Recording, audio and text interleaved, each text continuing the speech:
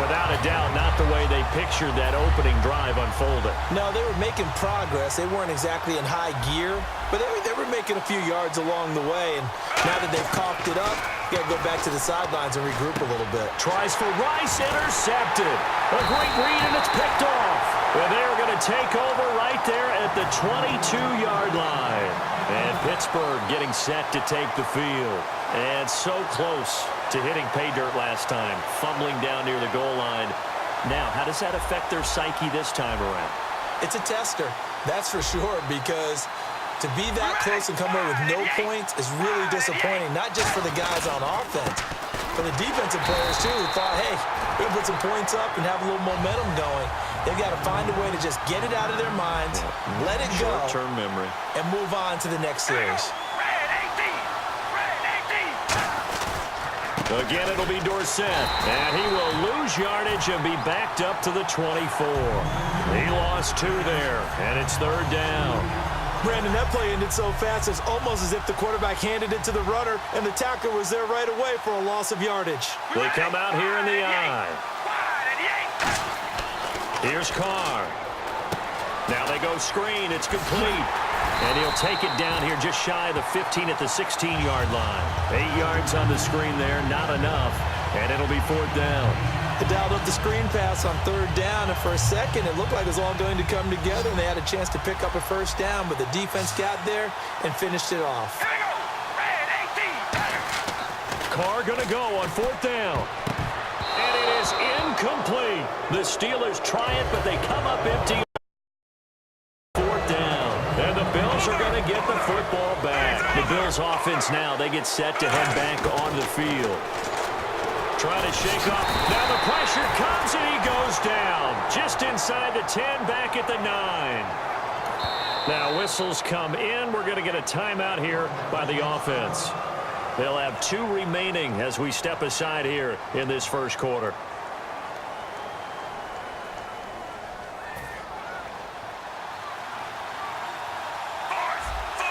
They'll send Beckham alone to the left side. On 2nd down, here's Smith. He sets to fire deep. And incomplete there. A nice hit. Jars the ball free and brings up 3rd down. Well, they went for the big play there, but that drop could really hurt their momentum. Under. 3rd and long, it's Smith. They set up the screen to Hill. And he maybe makes it back to the line of scrimmage. That's it. They'll break the huddle here and go for it. This is 4th down. They are going for it. It's Smith. He's got Curse. And he's able to get this one all the way past the 30. That one good for 21 yards. And they're able to move the chains as they convert on 4th and long. On 1st and 10, Smith finding time. He's going to launch this thing way downfield. Jerry Rice, the one he was looking for. And that'll bring up 2nd down. We know it's not an easy job to go out and catch passes when people are trying to tackle you and knock the ball away. But the bottom line is, that's a pass he's got to have and a pass he should have caught. 2nd and 10, Smith again. That is incomplete. He was trying to get it to Jermaine Curse, and it's 3rd down. And that was incomplete, but I don't know how much of that falls on the quarterback. He was pressured. Brandon, the rush showed up so fast, the quarterback had no chance to get the ball downfield. No chance to get away there for Smith as he goes down. Now, we talk about players blitzing all the time. I often laugh and sometimes call it just straight-ahead pursuit. What a running start right back to the backfield for him. Yeah, it really didn't give anybody a chance to get up there and stop him. No, I mean, that's really, really difficult. You're asking a whole lot anyway, but when he gets that kind of a start and comes through clean, oftentimes the advantage definitely goes to the defensive player. Now a play fake here on 1st down. Over the middle, that's caught by Rice.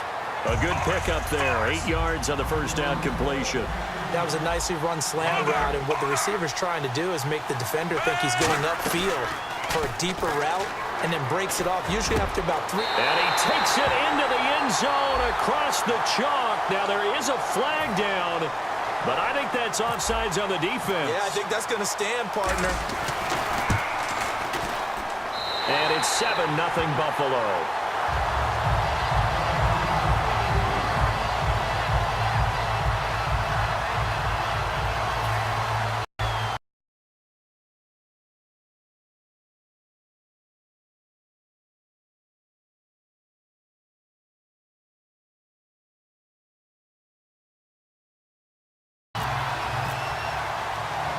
Following the touchdown now, it's Bradley Pinion on to kick this one away. Here comes Cobb. And he'll take it back to about the 19-yard line. And Pittsburgh getting set to take the field. And on the last drive, they were in field goal range. They just opted not to kick it, didn't get it. How does that change the mentality this go-around?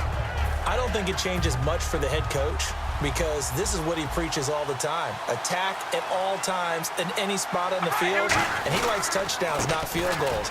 Now, your field goal kicker, you got to make sure you nurse him through and say, okay, don't worry about it. When we need you, you got to be ready to go. And the team, of course, loves to see points on the board. So let's see if it changes a little bit if they're in the same spot again. Yeah, we'll see what the decision is here if they get to that spot. Now Carr throwing on second down. Buying time to his left. Now he's going to let it go deep left side. Into a double team, and it's intercepted. Picked off here by Jimmy Smith. And a big turnover there as his guys will get the football back. Now the Bills offense gets ready to head back onto the field. And that last drive, a long drive, but not just that. They had a great air attack going. Do they stick with that? I would think that they would, because if they were confident enough to do it on the last. There he goes left side.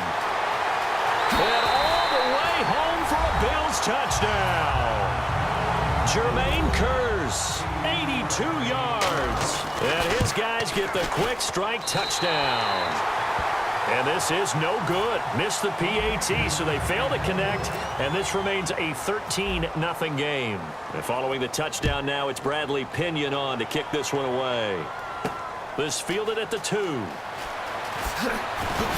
And he'll be brought down at the 23, make it the 24-yard line. And Pittsburgh getting set to take the field. And following the interception, just any interception, are you a little bit more cautious when you start that next drive, or no, you just throw that out the window? I think you are. I don't think that there's any way you can run back out there and go, totally didn't affect me. Let's just go ahead and be loose with the football again. You're going to take care of it, but you have to be careful about being too cautious, because now you can't run any offense at all. Still want to attack. We'll see how they attack him here. Really strong, effective run there out of a power set or a heavy set. 3 tight ends in the game, and that's tough for a defensive coordinator. They want to spot that lineup coming into the game early so they can get the proper defensive personnel on the field. That's why the coordinator is relying on some of the assistants to tell him what offensive personnel is hitting the field so he can adjust accordingly. They weren't able to stop him on that run. We just saw another example of how the defense is winning this game. Really at the point of attack, the offensive line is just getting pushed around. I think now as a play caller, you got to give them a little bit of help. Maybe keep your tight ends a little bit more. Maybe the running backs help you a little bit with the pass blocking. But you've got to help them get some confidence, because you can't abandon the play calling right now. Rolling to his left. And an incomplete pass. That'll stop the clock here with just under a minute to play in half number 1. Well, they've had a pretty frustrating first half here offensively, and that just continued there with that incompletion. Yeah, definitely frustrating for them, but And how about this, a fake?